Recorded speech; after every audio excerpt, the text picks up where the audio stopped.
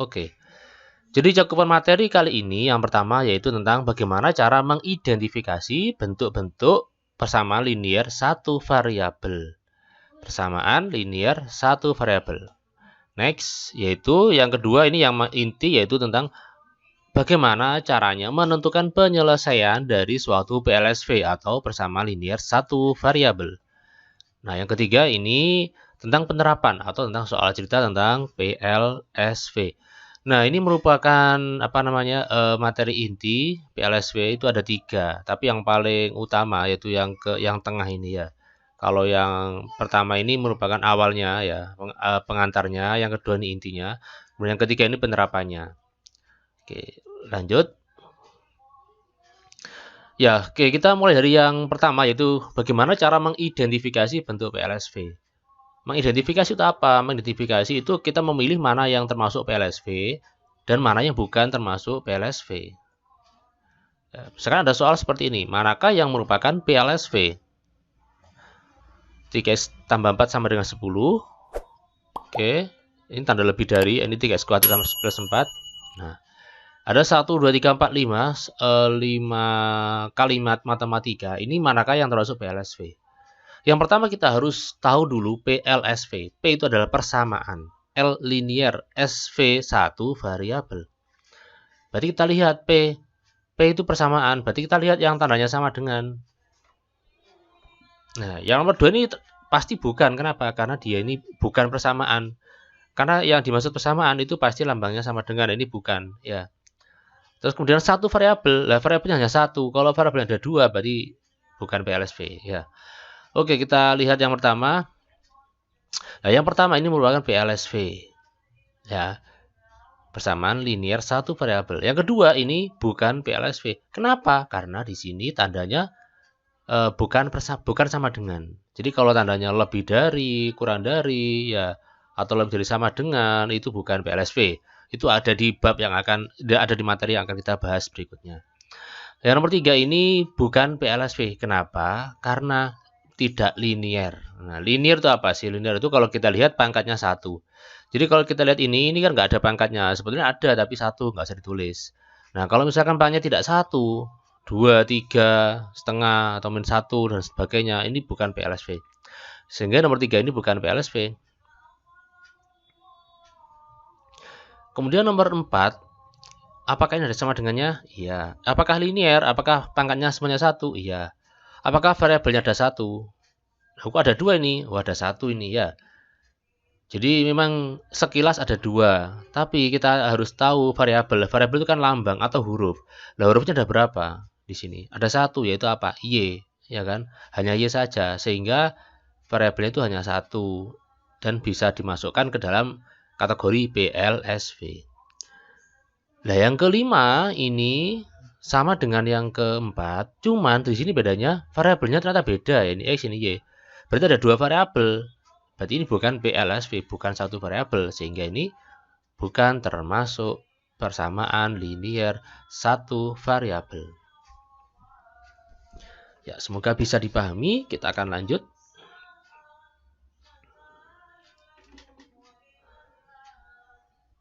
Ya, di sini kita sudah mulai masuk di inti, yaitu bagaimana cara menentukan penyelesaian PLSV, persamaan linear satu variabel.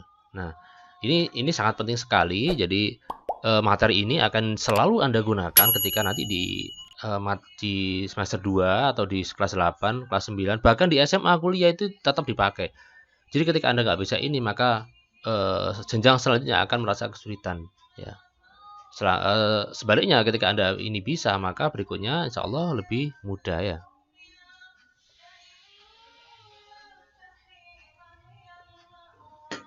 Oke, next.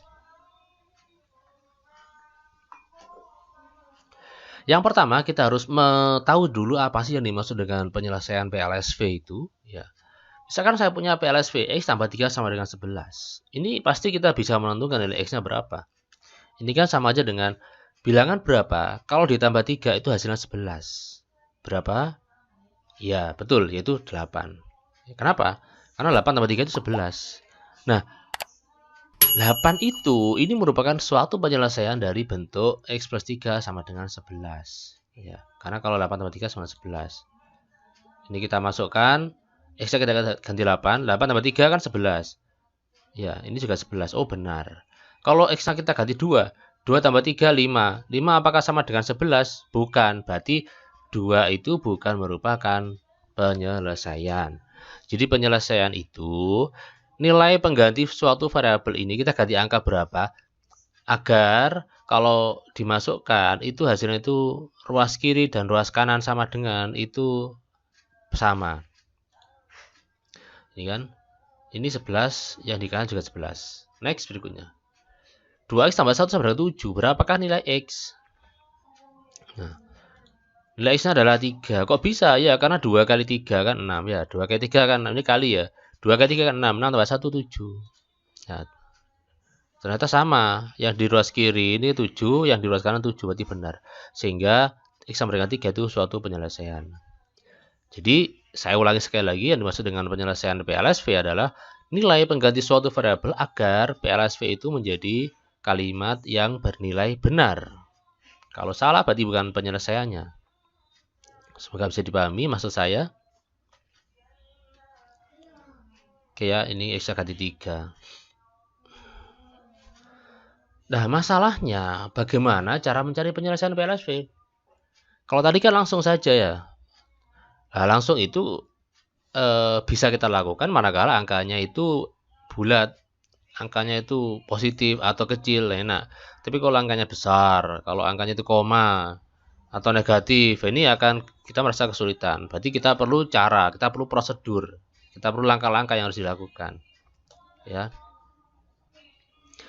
Oke, sekarang bagaimana caranya kita bisa menentukan penyelesaian PLSV? Nah, ini ada yang pertama kita harus menggunakan cara yang dasar dulu. Ini harus Anda kuasai, nggak boleh langsung cara cepat, tapi harus cara dasar dulu.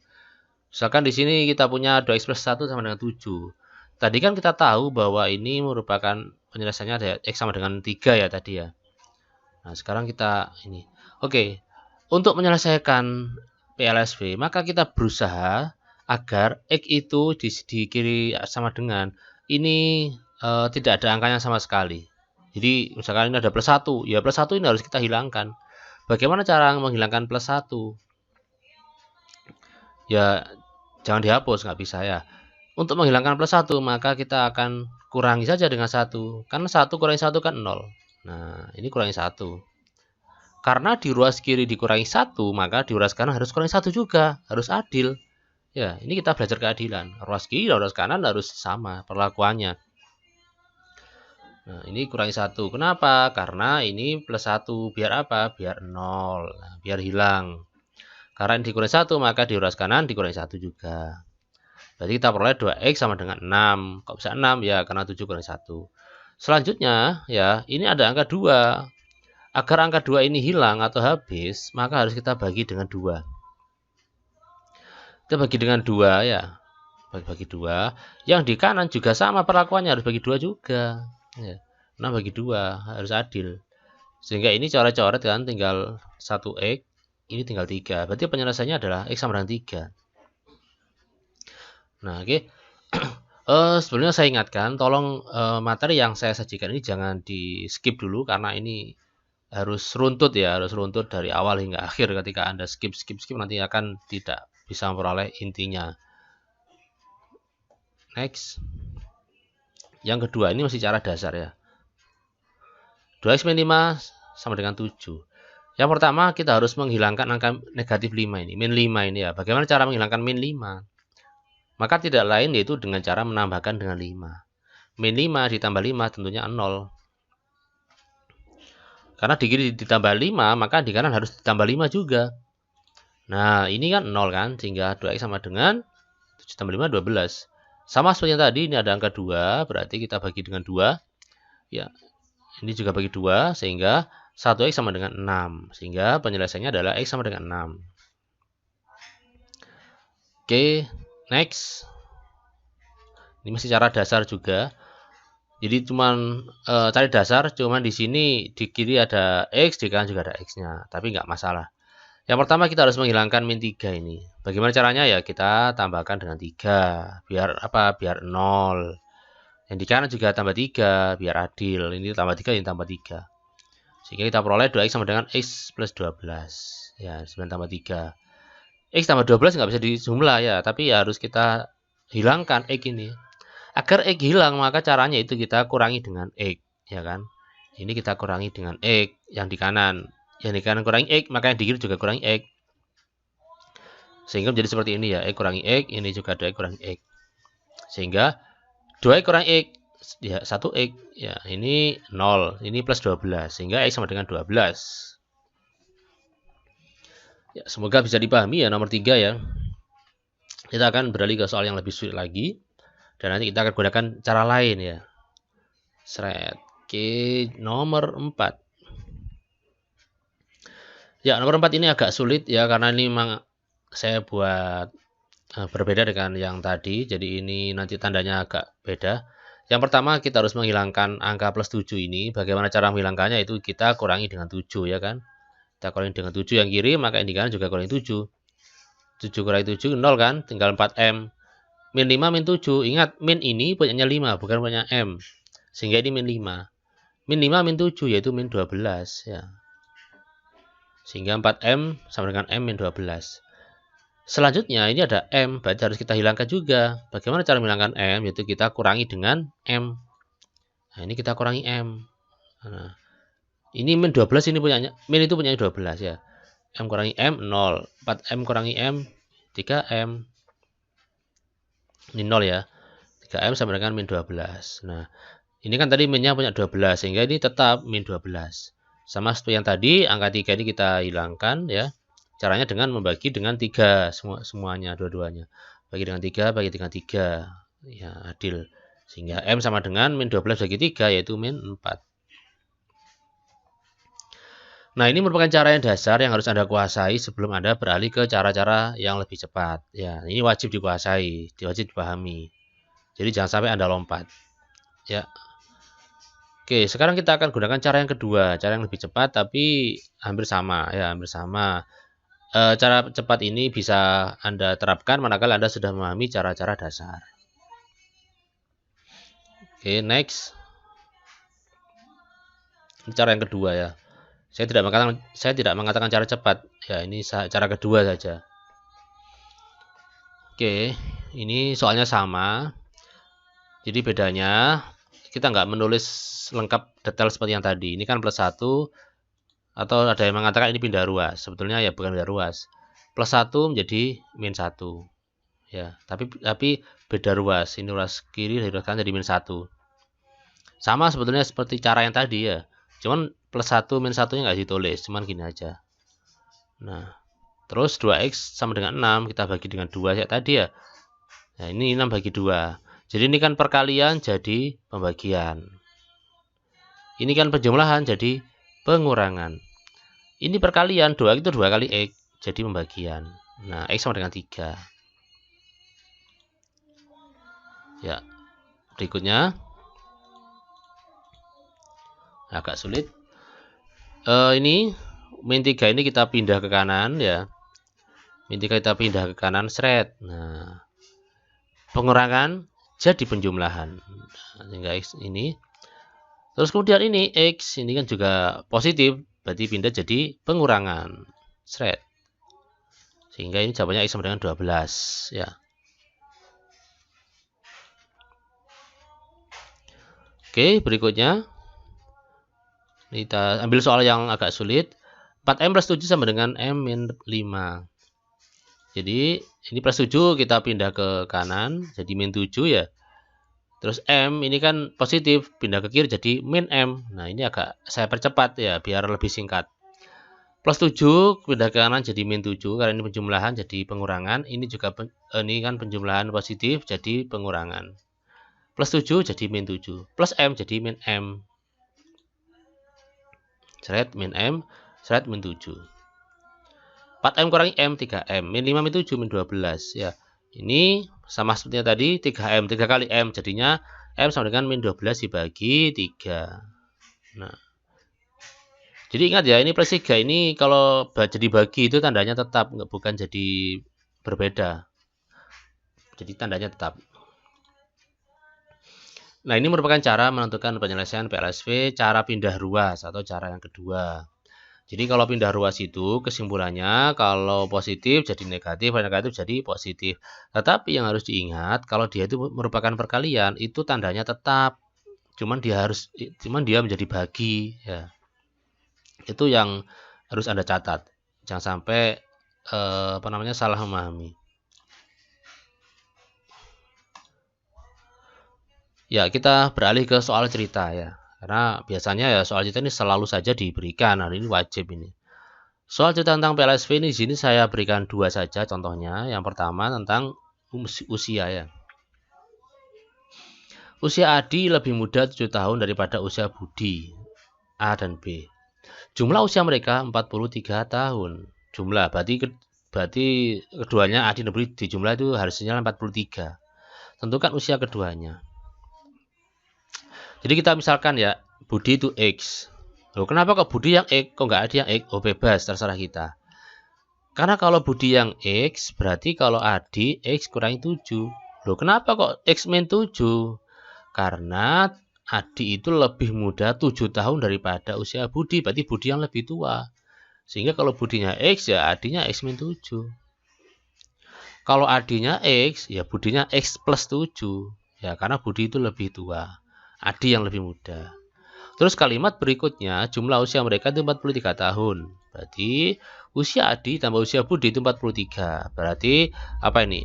X min 7 ditambah X sama dengan 43 ya. X min 7 itu nggak bisa dita jumlah, bisanya X dengan X.